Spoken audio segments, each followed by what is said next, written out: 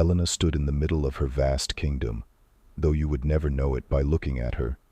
At 65, her face was a map of the seasons she had weathered, etched with deep lines that told stories of droughts survived and harvests celebrated. She knelt in the dark, rich soil of Green Valley, her hands, calloused and stained with the very earth that had built her a fortune, carefully inspecting a young sprout. Her attire was her daily uniform, worn-out denim jeans that had seen better decades, heavy leather boots caked in thick layers of dried mud, and a faded hat that shielded her eyes from the relentless morning sun. To the casual observer passing by the gates of her massive agricultural estate, she was just another farmhand, lost in the chores of the day. To the global market, however, she was the silent powerhouse behind Agro Global Holdings. But Elena didn't care for titles or boardrooms. She preferred the honest scent of damp earth and the quiet dignity of hard labor. The peace of her morning was shattered when a young man from the local community center arrived, his face pale and eyes rimmed with red. He delivered the news that felt like a physical blow. The center, a sanctuary for the town's underprivileged children, was facing immediate foreclosure. The Empire National Bank had invoked a predatory clause in a recent loan, a move designed to seize the valuable downtown property. This wasn't just a building to Elena, it was a legacy. Her late husband had established the center 40 years ago, believing that every child deserved a safe place to learn and dream. Watching the young man's hands shake as he held the legal notice, Elena felt a cold, sharp resolve harden in her chest. She decided then and there to handle the matter personally. Her advisors pleaded with her to send the corporate legal team, men in sharp suits, who could bury the bank in paperwork by noon. Elena refused. She wanted to see the faces of the people who thought it was acceptable to steal a future from children for the sake of a quarterly bonus. She didn't change her clothes or wash the dust from her skin. She simply climbed into her old, mud-spattered pickup truck and drove toward the city, the heavy boots on her feet feeling like anchors of truth in a world of polished lies. The transition from the farm to the city was jarring. As she pulled up to the prestigious downtown branch of Empire National Bank, the towering glass and marble structure felt like a cold, sterile monument to greed. Elena stepped out of her truck, her muddy boots leaving dark prints on the pristine white sidewalk. Inside, the air was chilled and smelled of expensive floor wax and artificial citrus. The receptionists, young women with perfectly manicured nails and frozen smiles, didn't even look up as she approached. When they finally did, their expressions shifted instantly from professional boredom to visible distaste. They saw a confused peasant, someone who had clearly lost her way to the market. Before we continue, subscribe to the channel and tell us in the comments where you are watching from. Elena stood patiently by the mahogany counter until Patricia, the branch manager, emerged from her glass-walled office. Patricia was the personification of the bank's cold ambition, dressed in a tailored suit that cost more than most people's monthly mortgage. She prided herself on her high-class clientele and viewed the branch as her personal kingdom of prestige. Seeing Elena, she didn't offer a greeting. Instead, she sighed audibly, checking her gold watch with a flourish of annoyance. Patricia approached, not to offer assistance but to inform Elena that she was disturbing the atmosphere of the institution and should move along. Elena didn't flinch. She calmly explained that she was there to discuss the debt of the local community center. At this, Patricia let out a sharp, mocking laugh that echoed through the quiet lobby. She looked at Elena's dirt-stained hands and the frayed edges of her denim jacket, her eyes dripping with condescension. And Patricia suggested, with a voice loud enough for the other patrons to hear, that Elena should perhaps visit a local charity or a soup kitchen down the street instead of wasting the time of a multi-million-dollar institution. She told her that people like her had no business talking about high-level finance, and that the bank was not a place for beggars or farmhands. The lobby went silent, the tension thick enough to feel. Elena didn't shout or show anger. She simply walked toward a plush velvet chair near Patricia's desk and sat down, her muddy boots resting firmly on the expensive Persian rug. She looked Patricia directly in the eye and spoke in a voice that was low, steady, and terrifyingly calm. "I didn't come here to ask for money, Patricia. I came here to move mine.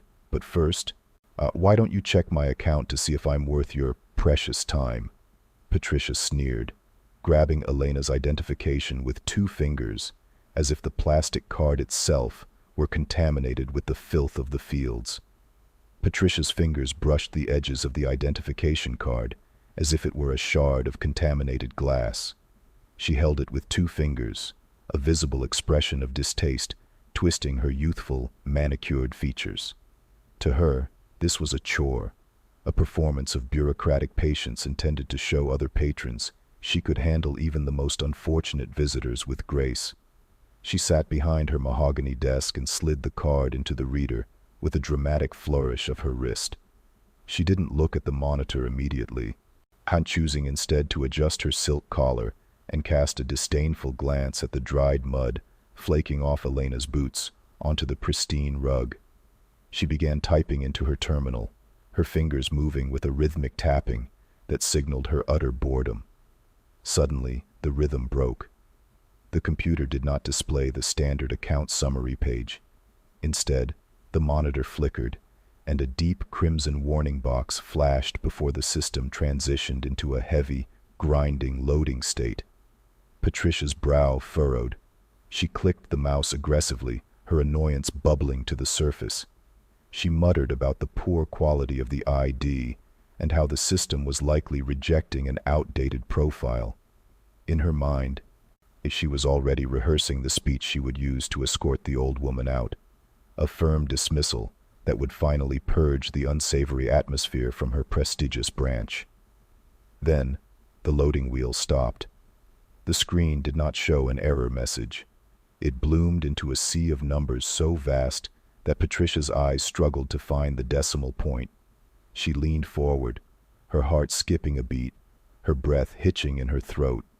At the very top of the page, in bold, gold-tinted lettering reserved only for elite clients, sat the name, Elena Thorne, chairperson of AgroGlobal Holdings. Beneath it, the primary account balance displayed a figure that exceeded the entire branch's annual operating budget by tenfold. This wasn't just wealth. It was economic power that could influence national markets and dictate the fate of entire industries. The silence was deafening. The color drained from Patricia's face, leaving her a ghastly shade of white. Her hands began to tremble on the desk. She looked from the screen back to the woman she had just compared to a beggar. The mud on Elena's boots no longer looked like filth. It looked like the very foundation of an empire. The faded hat didn't look like a peasant's garment. It looked like a crown earned through decades of grit. "I deeply apologize, Mrs. Thorne," Patricia stammered, her voice cracking as she forced a sycophantic smile. The arrogance had vanished, replaced by desperate, nauseating servility.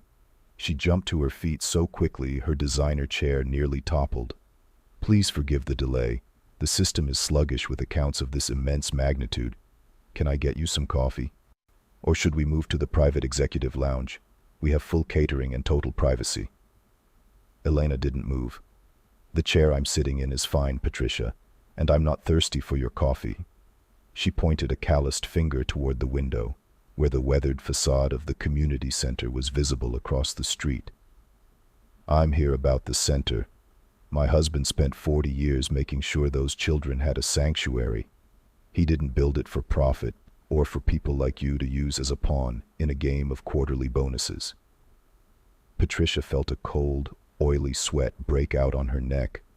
She remembered the foreclosure documents she had stamped just 3 hours prior.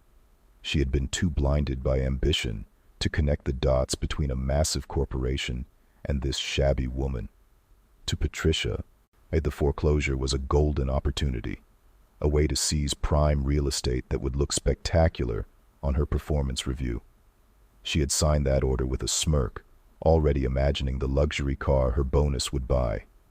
"I want the loan documents brought to this desk right now," Elena said. her voice like grinding stone. I want to see exactly how a 40-year-old pillar of this community fell into a predatory trap under your watch. The heavy glass doors swung open. Director Miller, the regional head of the bank, marched into the lobby. He stopped dead the moment he spotted the mud-caked boots resting on his rug. He rushed forward, ignoring Patricia, and bowed deeply. "Mrs. Thorne," he breathed, his voice filled with reverence. "We had no idea you were visiting. Why are you out here in the common lobby?" Patricia watched as the most powerful man in the regional sector treated the peasant like royalty. Her heart sank. She realized her career was now hanging by a single, frayed thread of Elena Thorne's mercy. Director Miller's eyes widened, his professional composure shattering as he stood before the woman the entire agricultural sector revered as the queen of the valley. He rushed toward Elena with a frantic energy, his hands extended as if he were trying to catch a falling star before it hit the ground. He was horrified to find her seated in a common lobby chair, her mud-caked boots resting on the expensive Persian rug, while his manager stood frozen like a pillar of salt. Miller ignored the dirt, seeing only the titan of industry who controlled the economic lifeblood of the region. He began to apologize profusely, demanding to know why she hadn't been ushered into the executive suite immediately. Elena did not stand. She remained seated, a pillar of calm amidst the storm of Miller's panic. She looked up at him with steady eyes, then slowly shifted her gaze toward Patricia, who had turned a ghastly shade of gray. With a voice that was level and devoid of malice, Elena began to recount the events with clinical precision. She described how Patricia mocked her appearance and suggested she visit a charity instead of wasting the bank's time. As Elena spoke, describing the judgment passed on her character based solely on her denim and boots, Miller's face shifted from embarrassment to a dark crimson of fury. He looked at Patricia, who was now trembling so violently she had to grip the edge of her desk. Elena made it clear that the core issue was the culture of an institution that viewed a human being's worth only through their clothes and wardrobe. In her mind, she had rehearsed a speech of dismissal, but now those cruel words tasted like ash. Then came the blow Miller feared. Elena demanded the immediate closure of every account tied to Agro Global Holdings. She instructed him to transfer the hundreds of millions, funds that underpinned the bank's regional lending capacity, to a rival institution by the close of the business day. Miller's breath hitched. Such a withdrawal would be a catastrophe, a fiscal wound so deep it could lead to the permanent closure of this branch. He pleaded with her, offering every conceivable elite perk imaginable and even a personal seat on the bank's regional advisory board.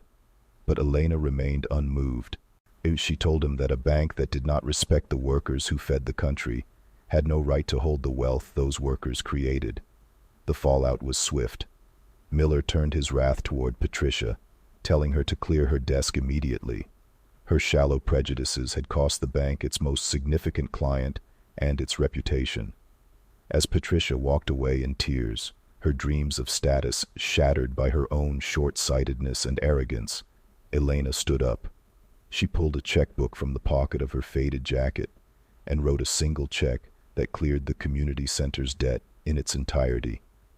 She handed it to Miller, not as a client, but as a final act of business. She no longer needed the bank. She had restored the sanctuary her husband had founded over 40 years ago, in a simpler time. Elena returned to Green Valley, leaving the sterile marble of the city behind for the warm, sun-drenched earth of her home. Later that afternoon, as the sun dipped low and painted the fields in shades of amber and gold, she sat on the porch with her young grandson, his young eyes wide with wonder. She showed him her boots, still dusted with the marble of the bank's lobby, and told him that the most powerful people are often those who feel no need to prove it. She explained that true wealth is found in the strength of one's character and the help given to those with nothing. The story concludes with a final shot of Elena's boots treading through her wheat fields, a silent reminder: Never judge a person by the dirt on their shoes, for they might just own the ground you're standing on.